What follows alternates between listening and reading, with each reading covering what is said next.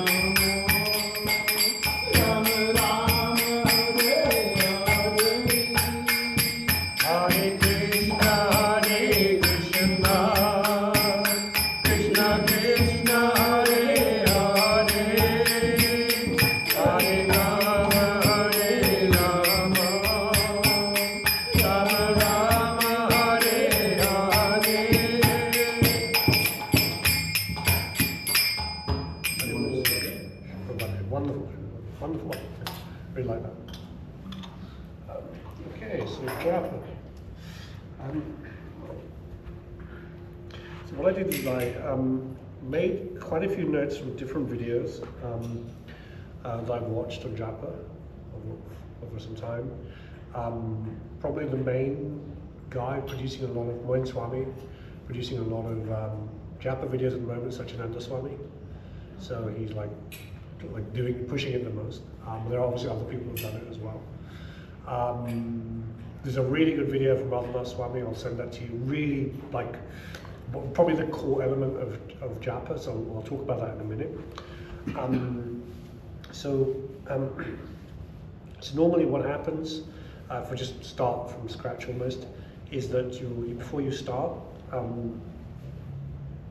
Krishna, in Japa, he approaches faster, really, the more humble you are, the more he takes part in the Japa. Kind of a basic rule. So I'll just write that rule. So I'm going to do it exactly as I do it. Can you just repeat that again, sir? Yeah, so the more humble you are, much more humble. Yeah. The quicker Krishna is to arrive in holy days. Like you'll feel the presence more. So, arrive in your japa.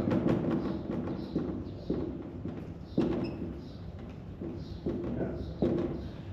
So the normal, the procedure, the official procedure is you do three prayers of your own spiritual master, and then you do 3 prayers of Sri Prabhupada, and then you begin your own prayers to kind of get you into that mode to invite Krishna. So just imagine that you've woken up. I mean, the way I do it is I've got some bookshelves in my house, and I sit on the floor. So like yourself, it'll be sometime around 4:35 in the morning.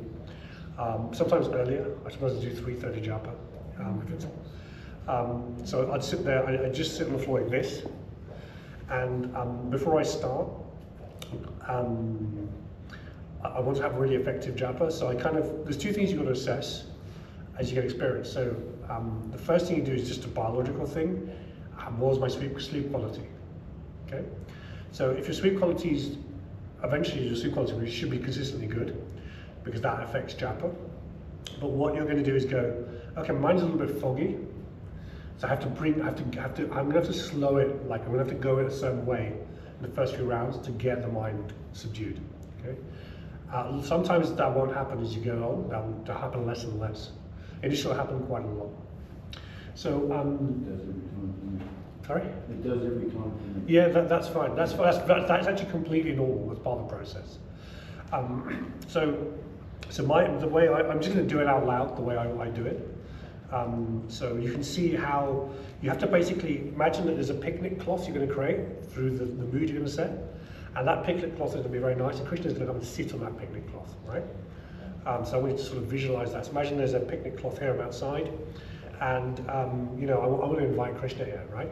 So what I'll do is I will do my prayer, I will do some chanting, and don't do any chanting, just watch me, and you're going to find this, you might find this difficult to do it the way I'm doing it, and you might not. But try and do it the way I'm doing it, okay? Because this is a common way. This works. It's commonly found this works. And if you look at people who do it really, really well, they do it in some form or like some variation of this. Okay. So the reason you might find this difficult is because I don't know if you read this. So. Initially, in your devotional practice, you go from the offensive to the non-offensive stage, right? And that particularly applies in japa. Yeah. Yeah. What do you classify as offensive? Yeah. Yeah. So offensive. So this is it's like a technical term. So it's like it means something like in Chinese. So this is a language translator. So Japa language or Bhakti language, it means something specific. So offensive means you're not focused on a holy name. You're not focused on, if you can't do that, then you haven't got a pastime of Krishna that you're focused on, or you're not focusing on your mind is not able to bring an image of Krishna into it, right? So you're having to, so the best, as you said, the most effective method of doing this, right, one to start on this process of becoming less effective, for people who start out is have a picture of Krishna. or Lord Chaitanya, or the feet of Lord Chaitanya, right? Because that, what it does is, initially, your brain hasn't done the wiring, it's just a mechanical thing to allow you to do it without that. So it's going to be offensive. So offensive basically means not focused on the holy name, so other things going on, right? So that's also known as stirring the pot chanting, which we'll talk about in a minute. So not focused. 2 would be can't see a pastime, right? And 3, basically no visualization of Krishna, right? Which is sort of less than ideal, but they're still good. That's still good chanting, right? So if you're not doing that, then you're doing it. But that doesn't mean that's still fine, because you're in the process of like getting Maya off your back. So that's good, still good that you're doing it, right? It's not a problem. So we want to move to this non-offensive stage. So one of the key things is getting this humility attitude right, and that's going to accelerate this move to being non-offensive, right? So I'm going to do this. It's an unusual thing for someone to do it in front of somebody else, but I'll do it anyway, because I think that's what's going to help here. So, You want to learn. sorry? You want to learn. Yeah. So imagine I've done the six prayers now, so then I'll do my prayer to get the mat and get Krishna. Oh Krishna, I have ignored you for so many lives. I shouldn't be in this body, but I'm in this body now.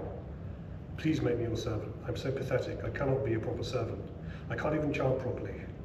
I've tried so many times to chant, but it's not getting anywhere. Please give me your love, please give me your mercy. Please come and help me do these rounds. Please help me do them purely. Please come and try and dance with me. Hare Krishna. Hare Krishna, Krishna Krishna, Hare Hare. Hare Ram, Ram Ram, Hare Hare. Hare Krishna, Krishna Krishna, Hare Hare. Hare Ram, Ram Ram, Hare Hare. Hare Krishna, Krishna Krishna, Hare Hare. Hare Ram, Ram Ram, Hare Hare. Hare Krishna, Krishna Krishna, Hare Hare. Hare Ram, Ram Ram, Hare Hare. Hare Krishna, Krishna Krishna, Hare Hare. Hare Ram, Ram Ram, Hare Hare. Hare Krishna, Krishna Krishna, Hare Hare. Hare Ram, Ram Ram, Hare Hare. Hare Krishna, Krishna Krishna, Hare Hare. Hare Ram, Ram Hare Hare. So I might do like 2 or 3 rounds like that, and I might do another prayer like this. I might just pause for a second and go. I've offended so many devotees. I've tried so hard to make progress, and you've helped me so much, but I just don't reciprocate. I really am no good. Please help me chant. Hare Krishna, this might be round 4 or something. Hare Krishna, Krishna Krishna, Hare Hare. Hare Ram, Ram Ram, Hare Hare. Hare Krishna, Krishna Krishna, Hare Hare. Hare Ram, Ram Ram, Hare Hare. So, and then I'd go on. Actually, what happens to me is when I get to like round 8 or 10, then like it'll be a much more, like I would have zoned Krishna into it. So it'll be much more like, I can see that you've stolen the clothes of the gopis when you're playing with them by the river. I wish I could have the mercy of being disgraced by you in that way. That would be incredible for me, but I'm too low and fallen to understand the pastime or to come close to you. Please help me in chanting this round. This might be round 10. Hare Krishna, Krishna Krishna, Hare Hare. Hare Ram, Ram Ram, Hare Hare. Round 12 might be, I can't understand your pastimes, I'm too low and fallen. Please help me chant purely, so one day I can understand your pastimes. I can relish in your pastimes like those pure devotees, those great pure souls, and so on. So by the end of it, it's like a real cleansing process, like there's a word for it in, what's the word in Christian prayer? Yeah, purification, but there's abnegation is another word for it. Anyway, I forgot. But it's for me, it's like a very, and it wasn't like this, it's this time. So it becomes a very like, and by the end you're like smiling constantly. Like you've understood that you're not a body, you're a soul. The soul is a relationship that's eternal, and you're bonding with that relationship, and you're trying to really love that relationship, and make it, turn it into a relationship of love. That's what these 16 rounds are about. Starting from that, I've woken up. Sleep is the mode of ignorance. You've woken up and you're getting yourself to that mode of goodness, and then getting yourself. So that takes time, but with humility, the more humility you add, the faster that process becomes. But it has to start off as a habit formation. It has to start off mechanical before you can go down that road of making it enter that sort of non-offensive type chanting. And we don't call it non-offensive because obviously we always want to improve, and every day is our first day. That's the attitude we take, so we can keep trying to reach Krishna. But then you'll enjoy it. You'll go to sleep going, I want to get up and do it, and it will just happen because that's your time with Krishna. You know. There's a really fantastic video with Radhanath Swami. He talks about him trying for many years to do it, like imitating other people and going like trying to laugh, trying to get himself going. And he said it never really came until he understood that he was very, very fallen. And this was Krishna's great mercy on him to be able to chant this. This was a profound mercy that he couldn't have got for many lives. Like you have to, if you do bad karma, you have to spend so much time as an ant, and you have to move on to some sort of mammal, and you have to move on to something else, and you have to do your dues for your sins. And said, I'm so lucky to be able to do this just once. And when he started doing it with that attitude, like flower growing out of a desert, you know, anything was possible, you know. So this happens. It takes time, but it also doesn't take time because Krishna accelerates one bead that's done with sincerity out of a whole round. Let's say when you start, I was the same when I started. I'm going, what's my football team doing? Let me check my phone. Hare Krishna, Hare Krishna. Yeah, I've seen yeah, and then we go, let me just watch an episode of Netflix. And it wasn't so long ago, like 8 whatever years ago, I was doing like that. And what Krishna does is he goes, you did one bead correctly, I'm going to bring you to 2 beads, and I'm going to bring you to 1 round. And all he sees, the tiniest amount of sincerity, he turns it into a ginormous universe for you. Because his mercy is so infinite. So you don't have to actually do, when you start off, you don't do 108 beads, you're going to do 107 beads wrong and 1 bead correct. In a few weeks, you'll be doing like 5 beads correctly. And you're going to already see that, right? And it's the little things that change the whole dynamic. So it's like, I did 5 rounds today, that's what's my daily quota. My daily quota is half a round, but I'm going to try and do another round because I've got 10 minutes before my TV show starts, or before my football club starts. As adding that Krishna into that matrix suddenly shifts the dynamic considerably, you know? So the great thing about the mercy of Lord Chaitanya is that you don't have to do that much, but you have to do a little bit with sincerity to suddenly get internal benefit, you know? And that's why you get people who start off by, you know, you see in like big temples, like they're on their phone and doing it because they just started, right? But somehow within a few months they're doing a few beats sincerely, and 2 years they're just sitting there and they're just listening to the holy name and smiling. It's because they've just done that little bit with sincerity. The Krishna just pulled them completely towards it. You know? So that's the mercy will take you, but you just got to turn up. Imagine you've got to turn up at the dock to get on the boat. Once you get on the boat will go. You know, but you just got to turn up, and you've got to be dressed properly. You've got to have the humility, you've got the codes to get onto the ferry, to get onto the ship. You know, and then you're on it, and then you'll be fine. I just got obsessed with doing 16. Yeah, he's obsessed. Yeah, that's brilliant, because as soon as you, from that will come everything else. Yeah, but you can do 1 round or half a round. I'm going to change it now. Yeah, no, you stick to what you do. Whatever you're doing, you stick to what you're doing, because you've already gained the benefit of doing that. But it's adding these tweaks. If you're doing half a round, let's say you just like, you know, like my wife, she just watches Amazon Prime, like whatever, you know, until 1 in the morning, because she just needs that to relax. She's a lot younger than I am, so she's in her 30s. So she kind of, yeah, when she was doing Japa, when she does Japa occasionally, she does 1, and then but that happens like sort of irregularly, consistently, if that makes sense. So that's always building, yeah. Or you might do half. Yeah? And for that level, that's perfect, as long as it's happening every 4 days or whatever, because the 4 days will turn into every 3 days, every 2 days.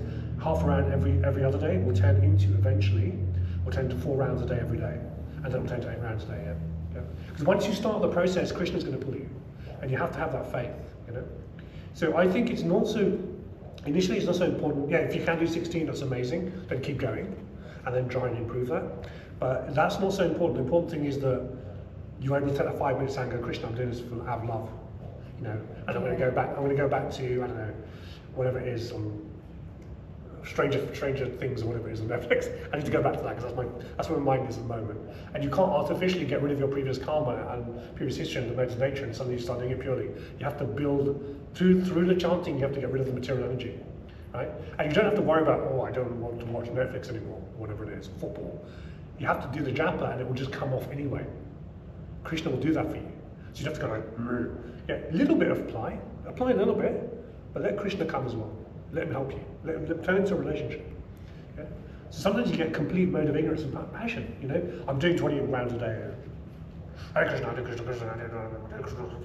Yeah. I'm not sure Krishna is actually enjoying coming into that japa session, the way that's been done, because it's you're better off doing one. You're better off doing one with love. You're better off doing one with love than doing 20, you know, and going 18. As Kesha Swami does this a lot on YouTube. He makes fun of. No, but we always do start there, right? But he does a lot of this. I don't know why he makes fun of a lot of people. There are people who go 19, you know, but that sometimes you start like that, but they need to calm down. Because it's supposed to be, you're building a relationship with God, that's the point. The point is, this isn't the means to an end. It's not you're not doing it for the sake of doing it. You're trying to get yourself to God, you know. So that's, but I think that the more you can start dropping some humility, if this is, you know, a cake you're making and you want to drop some vanilla into it or something, drop tiny pipit drops of vanilla for humility, or just even if it's a round with humility, that's very, very good. Then 5 rounds which are mode of passion, Krishna. And the worst thing is Krishna gives, you know, what we're going to look at, the topic today is karma. You know, I'm doing it because I want some money. And that happens, you know, people do it because they want, I'm going to play the lotto next week, and I want $20 million, and that's why I'm doing my japa. That's why I do 25 rounds a day, because I want to win the lottery. And there are people like that exist, and you know, wouldn't believe it. You know, and so it's almost pointless, but it's not, because it's yoga. It's still in union with Krishna, so it's not completely pointless. But it does not have a desired effect. I this morning when I said, look, Krishna, I was doing 16. I'm not gonna lie. I was doing 16. I used to finish my 8 in the morning. And I used to do 2 in lunchtime, and then I used to come back. But when I used to do my evening round, I was like, oh my goodness, Hare Krishna. I was so frustrated. Oh, I want to get it done. It was not from. But this morning when I did, and I said, I'm not going to do it on the clicker. I didn't do it on the clicker. I did it in my beads, and I said, the first thing I said, no, I want love for Krishna. I want, and you're right, you should do it with, that love you should have. You say to people, I love you, it's the way you're saying it, I love you, really. Yeah. I really want that. Yeah, that will come. As soon as you start wanting it, Krishna is the 4-armed super soul within, he will see that. He's the knower of all fields, chapter 13 of Bhagavad Gita. He will see what you're doing, right?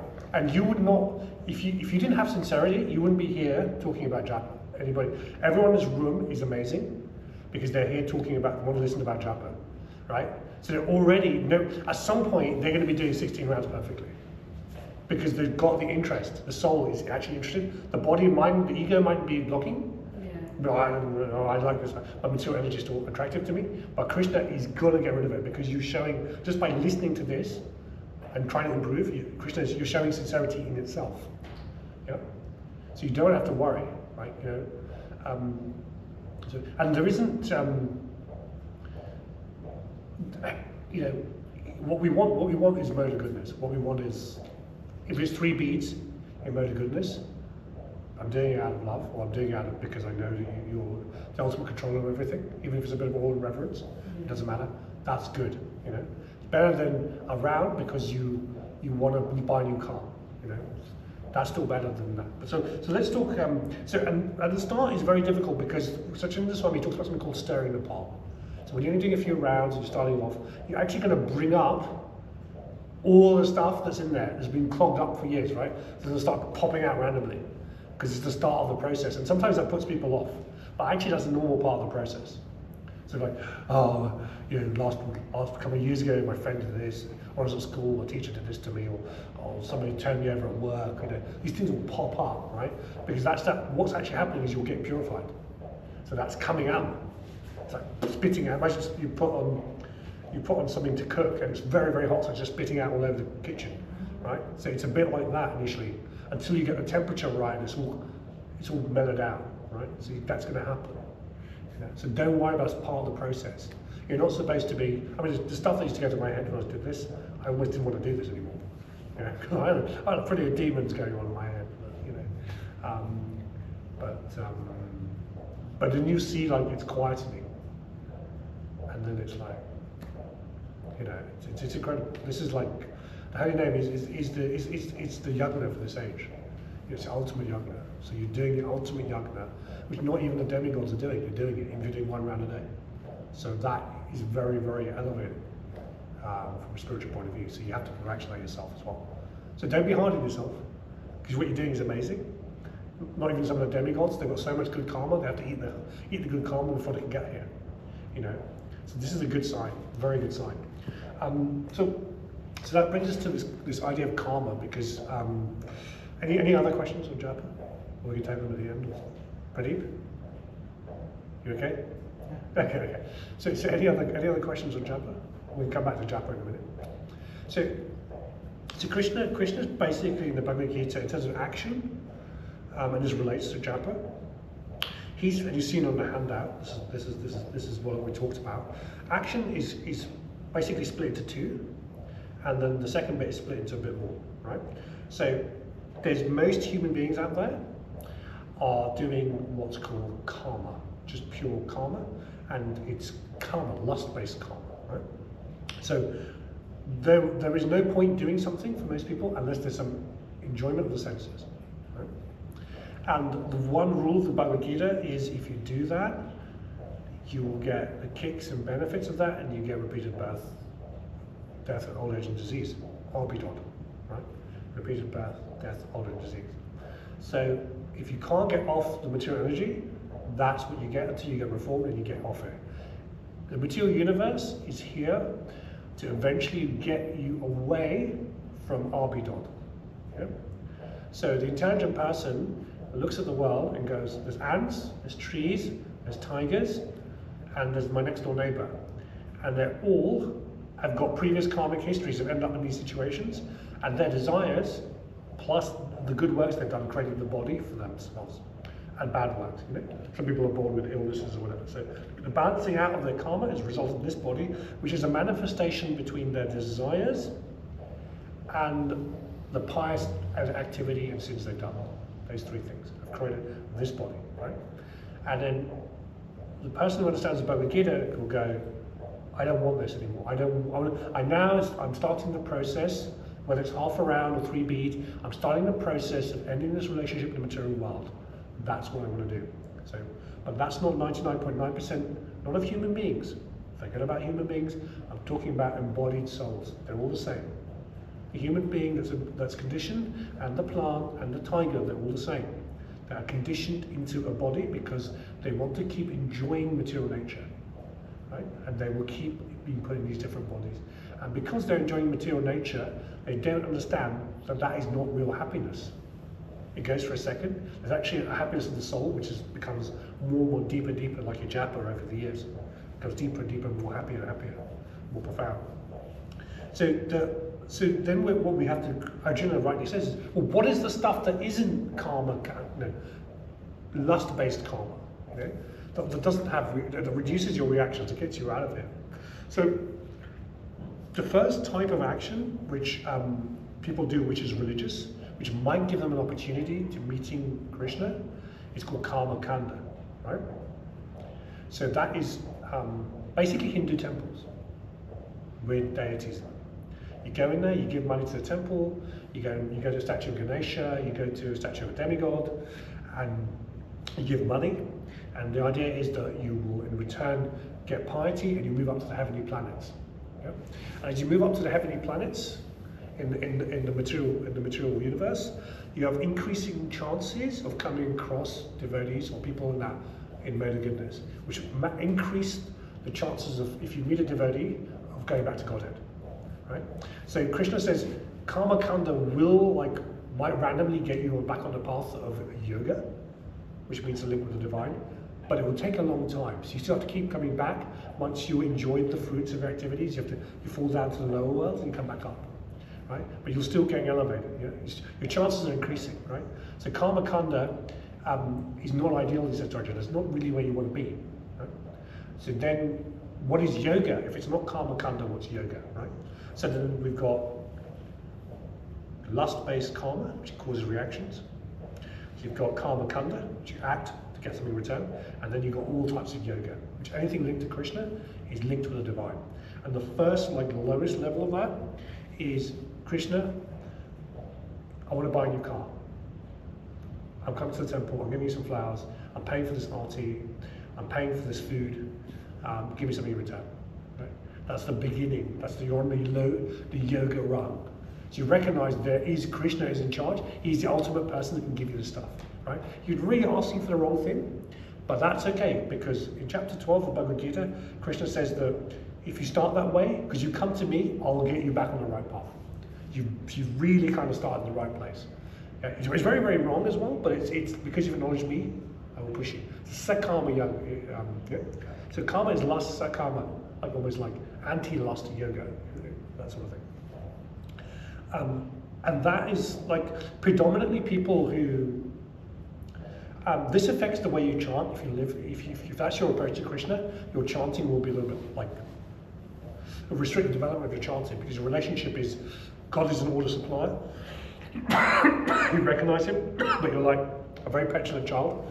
And you know, to my kids when they were 3, actually they accidentally went to a toy section of Coles or some supermarket.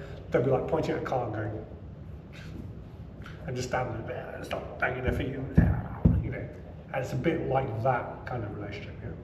Krishna's ultimate parent, but he's like, no, I'm going to get you to behave properly. You don't want to get the toy all the time. You know? And so that's the kind of petulant type of relationship. So Nishkama Karma Yoga is then kind of, you move to that Nishkama Karma Yoga, and it's quite difficult. And chanting and attending Bhagavad Gita or Srimad Bhagavatam classes or Bhakti gets you there. So Nishkama Karma Yoga is, I like my work. I like being a painter. But anything I get from the material actions I do, I'm gonna give them up. Right? So I give up the fruits of this, right? I give them to Krishna. So it's nishkama, which means no lust, karma action, yoga.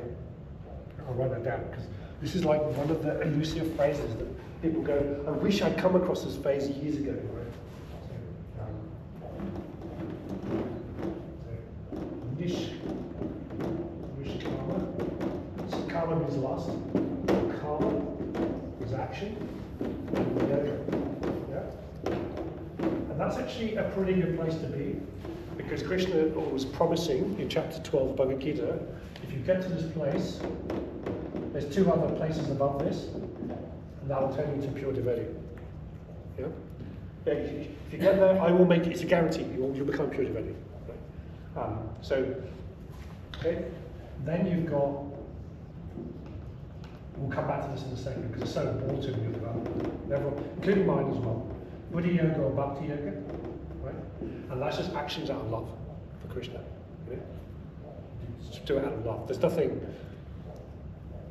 you just do it because you just have such affection for the Lord, you just end up doing that. Yeah? You like to go and clean the temple floor because, like, so I probably not necessarily want to put these sort of things on the internet, but we're trying to help people. So I used to sometimes, I'd get my own cleaning equipment, by Krishna's mercy. And I would go into the temple when no one was around, because I didn't want anyone to see me, and I just cleaned the temple in London. Yeah, and it's just I thought I had to do it out of love. It wasn't like it was just a thing I had to do. Like I wasn't on a roster to do it or anything. It was just, you know. So that is like Bhakti, and yeah, I know, but it's okay, because I think sometimes people need to hear these things. Those kind of things, they kind of like a hyperdrive in Star Wars, is it the hyperdrive and the Millennium Falcon? They kind of accelerate you really fast into greater, more Bhakti during the day. With that, Krishna is immediately seen that as a super soul. There's no self-interest in that. It's just like love. Yeah? And then there's a place above that, actually. According to chapter 12, that's still like love, that's still there, but there's another place. But this is like a perfect place to be. Like you can leave this world in that place. Or even that place, you still get perfection. Yeah? And the place above that is It's the start of end of chapter 6. There's all these different yogas. Krishna talks about all the different yogas. Mental, thinking about Krishna, or thinking about the Supreme, or thinking about the Brahman. But he said ultimately the highest yogi, the highest devotee, he who constantly thinks of me within himself. Yeah, 6.47. Like he's just like Krishna's just there all the time. Yeah, and that's like the first thing in chapter 12 is this is the highest position. The person is just absorbed into me. He's absorbed in his relationship with me. So he's like on earth, but he's actually not on earth. He's actually in the spiritual world. So Prabhupada would be an example of that. He's like total, everything is a total absorption of Krishna. Yeah. Now, because you're guaranteed, if you get to this, you're guaranteed to go down those two processes. According to chapter 12, right? You don't have to worry. All you have to do is achieve that, and Krishna does the rest. But when you do this, you're going to develop love. Because as you're letting go as you don't want to enjoy the material energy, you don't want to enjoy what's coming to you. You go, today I can buy a cake and I can eat it, but I don't want to engorge my senses, right? Or today I can listen to this new rap song that's come out because I've got paid. I can go. People don't buy records anymore, but let's say you bought a record 20 years ago. I bought a record for $10. I listened to the rap song. I'm enjoying it. You know, I'm still doing some Bhakti. I'm still doing some I'm asking Krishna for a few things, but if you stop that and go, oh, I'm not going to get the record, I don't want to enjoy that anymore. I'd rather just do something for some Kirtan event, or something, like Pradeep does. You know? So you kind of go and just do that. So there's nothing like it's done sort of selflessly. It's actually just done selfishly. It's still you're doing using your skill set, but you don't want the benefit of using your skill set. You enjoy doing your work. So if you're a carpenter or you're a painter or you're whatever you're, Arjuna in Arjuna's case, although Arjuna was in Bhakti, Arjuna, warrior, just gives up his fruits of his labours. So that's a mindset. So you have to cultivate that mindset. You know? So the difficulty for us is that we live in a world where surrounded by the whole system is designed to maximize sense gratification, which unfortunately is the opposite of what we need to be doing. So the politicians, the newspapers, the TV programs, the people you talk to at work, they're like, yeah, I had a great weekend, man. I drank 10 pints, jumped off a bridge. My friends thought I was great, did a rally pony and smoked some weed, played guitar, ran out to camp, jumped on the back of a kangaroo. It's all sense gratification. And what's happening at work is you're hearing all this stuff, right? It's like, well, that's fun, but actually it's an illusion. No, but you're thinking, but I'm not the body, soul doesn't enjoy that. Soul enjoys the relationship with God. So you've got a challenge, you've got this challenge, two-way challenge. But the two-way challenge is met by the holy name. That's how you combat it. Because once the holy name is there every day, even for 5 minutes or 2 minutes, it's combating that externality that's coming in. The externality is having an impact, but it's actually being pushed back as well through the japa. And then Kirtan, it's pushing it back. Yeah? So you fight against that. Even though this is Kali Yuga, where the only thing is sense gratification, they've forgotten the purpose of human life is to actually go back to God eventually. So not even doing consistently, people aren't even doing charity work or activities in the mode of goodness, or charity in the mode of goodness. Even charity is in the mode of ignorance. So you've got to combat that by the holy name. That's how you combat that. And every few minutes you spend, you read a Gita on your phone or on the bus, or you think about a verse, and you go away from this class and you go, okay, what are these 4 elements in chapter 12? Why is Krishna saying that I guarantee from here to here to here? Let me read a commentary about this. Let me go, before I forget, let me go and obviously I'm now going to put all this in the WhatsApp group, so you'd have to go write it all down, I'll just give it to you. So, those are things you want to keep kind of applying yourself, and Krishna will do the rest for you. Yeah, and I have seen it. I've gone from asking Krishna for a Porsche 911, which he duly did deliver to me, and then going, why did I do this? And going, oh my God, I could have spent money on a temple. I was this idiot. I feel really guilty of buying loads of books, putting them in a Porsche 911, distributing them, and having to get rid of the car. And I've gone through that process and gone, what an idiot, and you just lose taste for it. No matter once you've got the taste of the holy name, no matter whatever goal is thrown at you from this world, there's going to be a mismatch between you knowing the truth deep inside you and that artificial pleasure you're getting.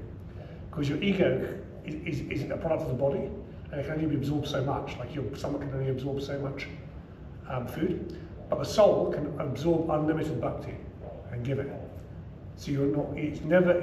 That's never going to stop. So you're going to eventually go to the thing that isn't. You're going to go move to the thing that's unlimited inside you. You know, and then you're going to like keep wanting more and more of it. You know, and so.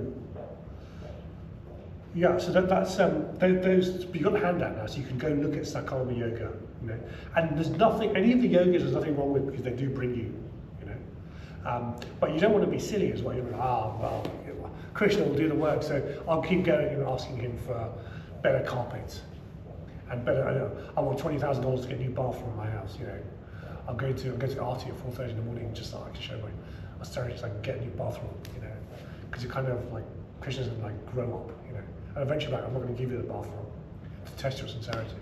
You know. But he's quite clever. He only tests your sincerity when he knows you can pass, because he's trying to get you back to him. Because he wants you to approach him. So it's not that. It's not going to make a difficult exam. It's going to be like just checking. You know.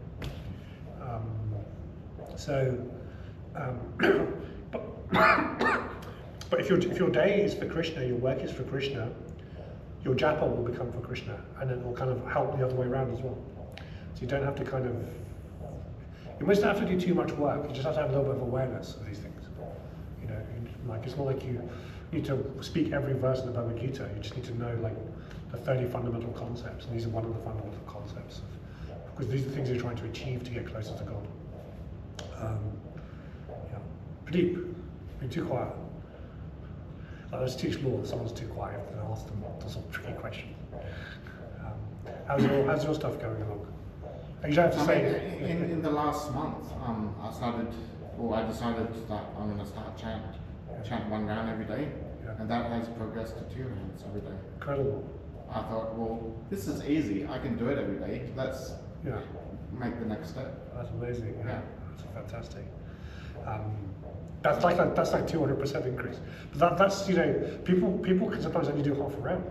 You know, so and that is incredible. Because what's happening is you're starting the journey to put an end to all this karmic history. It's going to start stopping, and as soon as you do that, you know within time you'll see he'll be doing it. We're doing the whole 16 because Krishna's just going to pull it, you know, and he's going to see that you start seeing little changes. Like you start doing this 2 rounds for 6 months, you'll start seeing little. I remember I started off with a round. Do you know the way?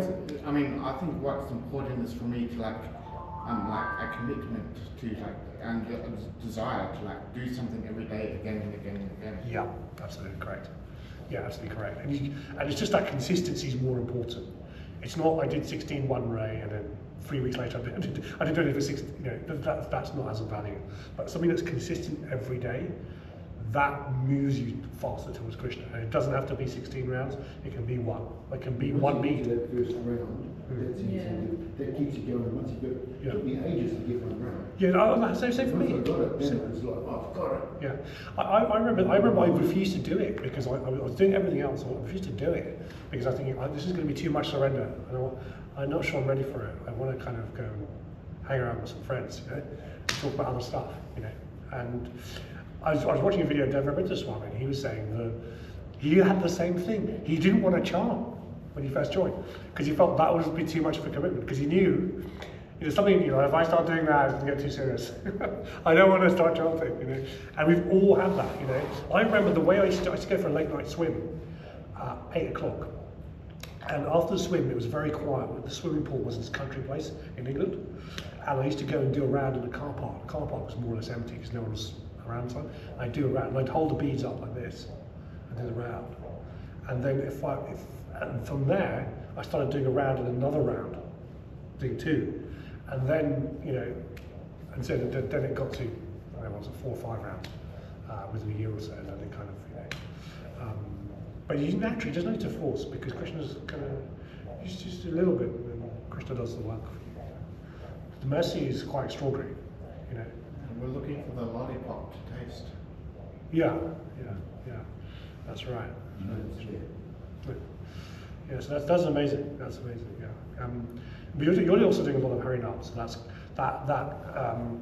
you know, some people do say that an hour of Kirtan is equivalent an 8 times, 10 times multiplier. I don't know what the theory now is, but of 1 round anyway. So you're getting that anyway. So you're getting purified, which is going to help your japa. So but this is really the best thing because you're starting this amazing journey of ending your time in the material world, rebirth. And that's the real purpose of human form of life. Prabhupada kept emphasizing, don't you realize you have to spend so many times as an ant or an insect before you can get to this level, before you eventually get a human form, if you've done the good deeds, and then you're just going to waste it in sense gratification, which you get as an ant anyway. What's the difference? You're not using the purpose. It's like you're using a toothbrush to kind of, as a car key, it doesn't mean anything. You know, it's not what it's supposed to be used for. You know, we're all using it for what it's supposed to be used for. You know, and so we can only keep improving it and have enthusiasm on this journey. You know, if you have a bad day, just send a message on the app. You know, today actually, I was quite tired for the last few days. I haven't had this for a long time, but today I thought I was going to do a really bad japa session. And it was the day I was talking about japa, ironically. So I was like, I can't do a bad session the day I'm talking about japa. And I was like, put it down. Who are you? You're a fool. See if you can do a round. Of course, once you start with that, everything's. If in doubt, think this is your first day in Krishna consciousness. Rather than our Swamis to emphasize all the time, to progress, you have to think like a newbie, you know, because that's humility. I don't know what I'm doing. Let me try. Krishna, let me try and reach you. He goes, okay, now you've come off your pedestal, then I'll come and help you. And the rounds that are done in, let's just say easy for me, they're always bad rounds because Krishna isn't there. Well, he's like, yeah, that's not interesting. Like you invited me around for a cup of tea, and now you're just in the kitchen talking to your friend on the mobile phone. I'm sitting here and I'm going to go on 16 rounds around. That's a very bad relationship, you know. I guess if that didn't happen, there won't be dating apps, I guess. But anyway, it's one of those things. Yeah, anything on karma yoga? I just have one question. Like, Yeah. if you do a job, Yeah. like if you're doing a 9-to-5 job, Yeah. I heard somewhere like when I was listening to Expand the Bliss, and they were saying, I asked the same question, and he said, whatever you earn, you have to give it to Krishna. That's what he said. Not everything. Yeah, that's what I like. He said, So whatever you earn, you have to like surrender it to Krishna. So I was like, what does that mean? Like, I was Okay, so that's not a bad answer. Yeah. That's what I call half the answer, or half-baked potato. Okay. Yeah. So say the purpose. What's the purpose of this? Right. So the purpose of this is this. This is a good question. Actually. Very good question. The purpose of this, right, is the money can be distracting from the purpose. So let's say we've got 24 hours. Yeah. Right. This is more important. We want to spend, at least eventually, we want to spend, as a starting point, 20% of our time on Krishna. Right? That's what we want to get to. Right?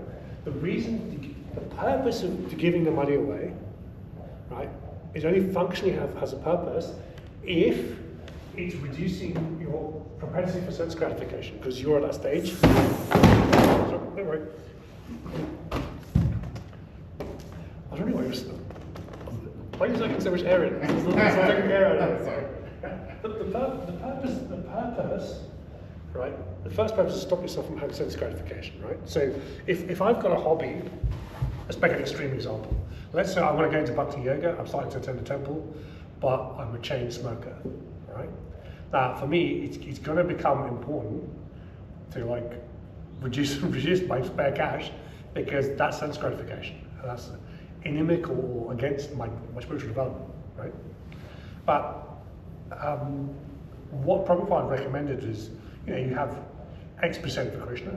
Ideally, eventually get to 50-50.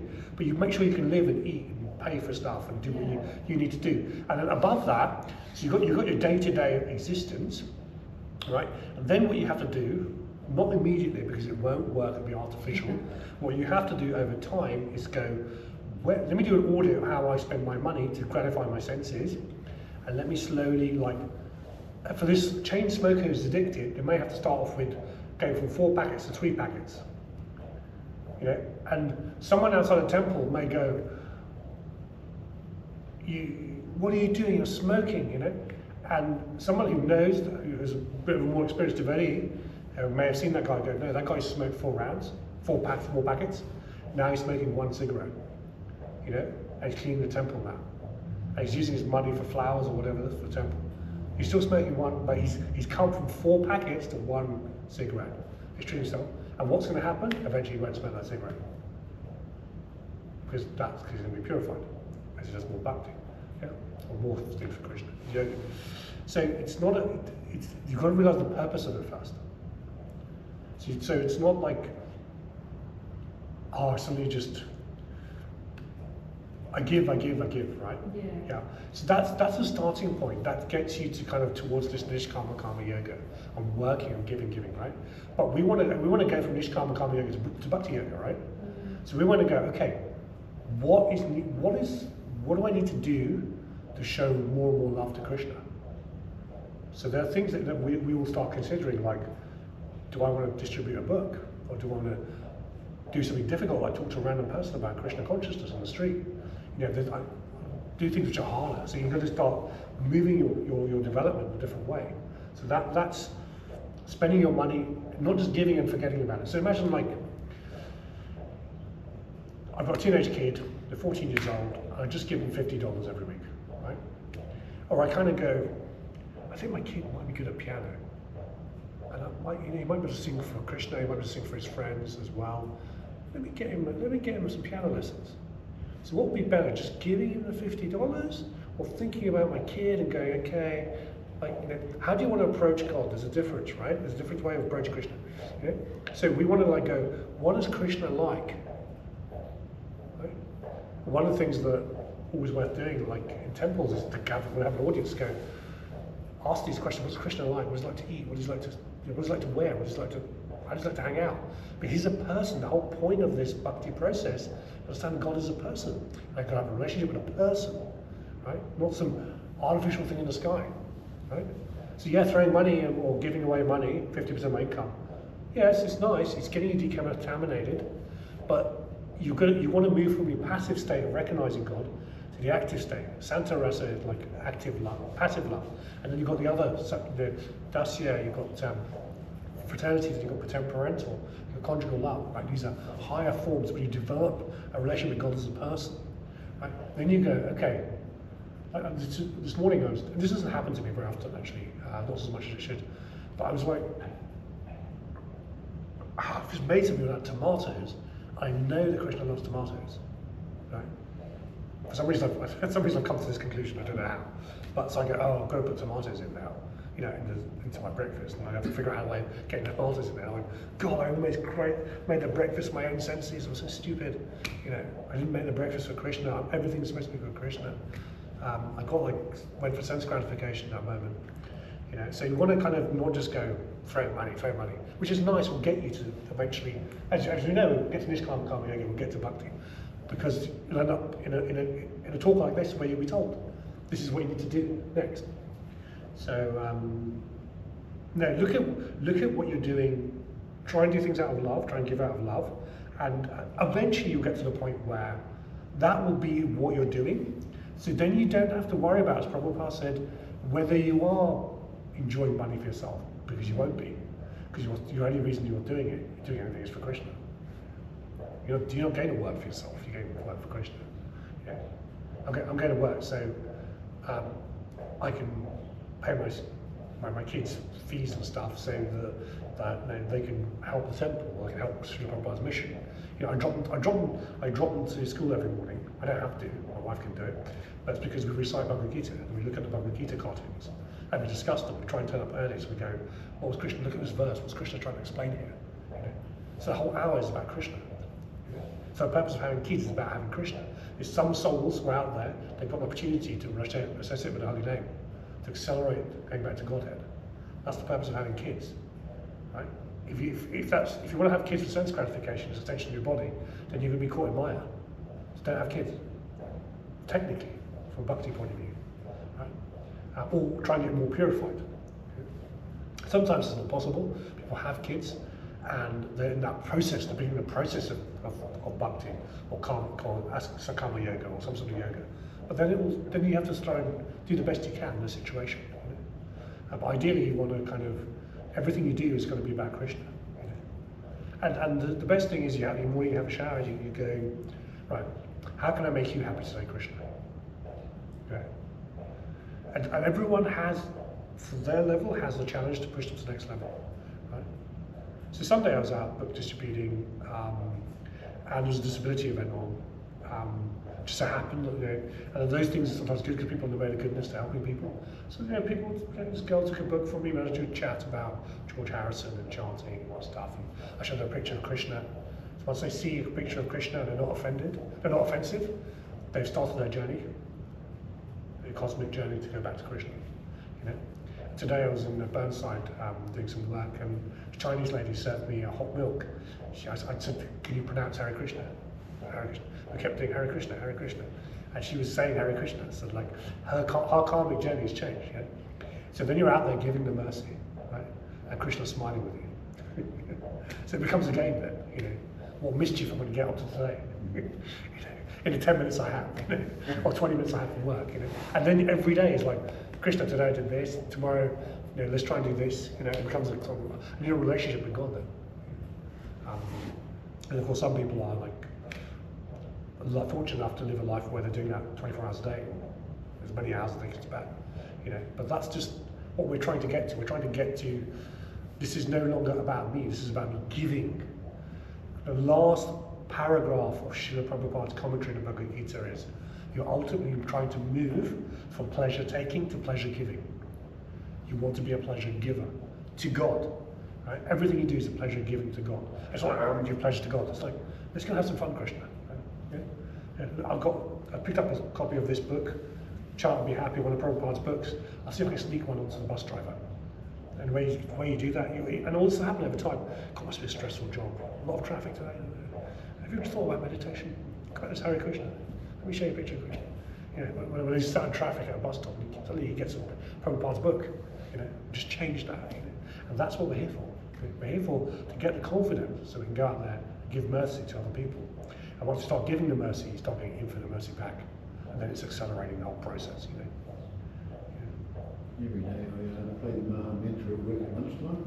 Oh, wow. Everybody listens to the Maha Mantra. And so I always say, do you mind if I play it? They always say, no. One lady said yes. She minds and says, well, I just asking me why does she still going to play it? It's a little favour that I do this. Right, I'm changing workplace. That's amazing. That's exactly what you need to be doing, because we have these people are so embedded in the mature energy. It's so powerful. You know, I'm sure from most group workshops I've been to, people have got out because of the mercy of another devotee doing something. If that devotee hadn't given them a book or something, or taken them to a temple, or taken them to some food, that process wouldn't have begun for them. You know? And that's why if you're doing that, Krishna is infinitely happy. You know? And that's the only way some people get out of this material misery. You know? Chanting, I mean, as I was saying a few weeks ago, some flies land on you, just start chanting, because they're never going to get that mercy. It's just not. They're going to be a fly from God knows how many lifetimes, or some insect or something. Suddenly you're chanting at them, you know. But like, no, a soul, another soul which is part of Krishna, it's the same as me. Forget about externality. The fly gets mercy as well. The reason I chant at my lunchtime is they always ask question, what are you doing?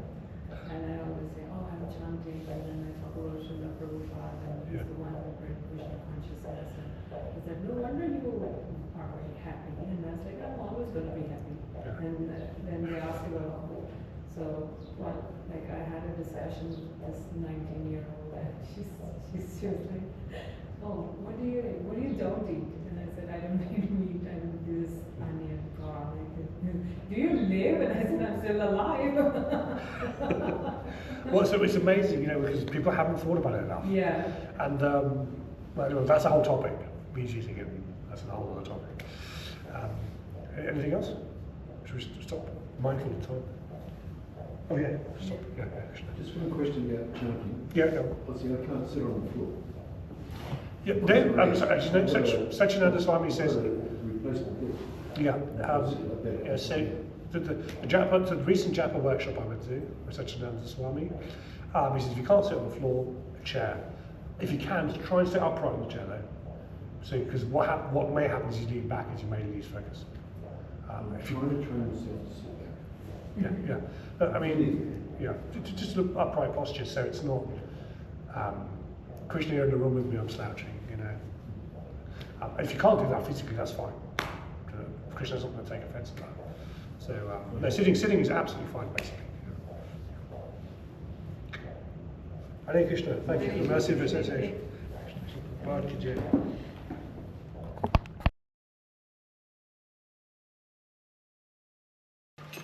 Kirtan, Adelaide. Leave a like and subscribe.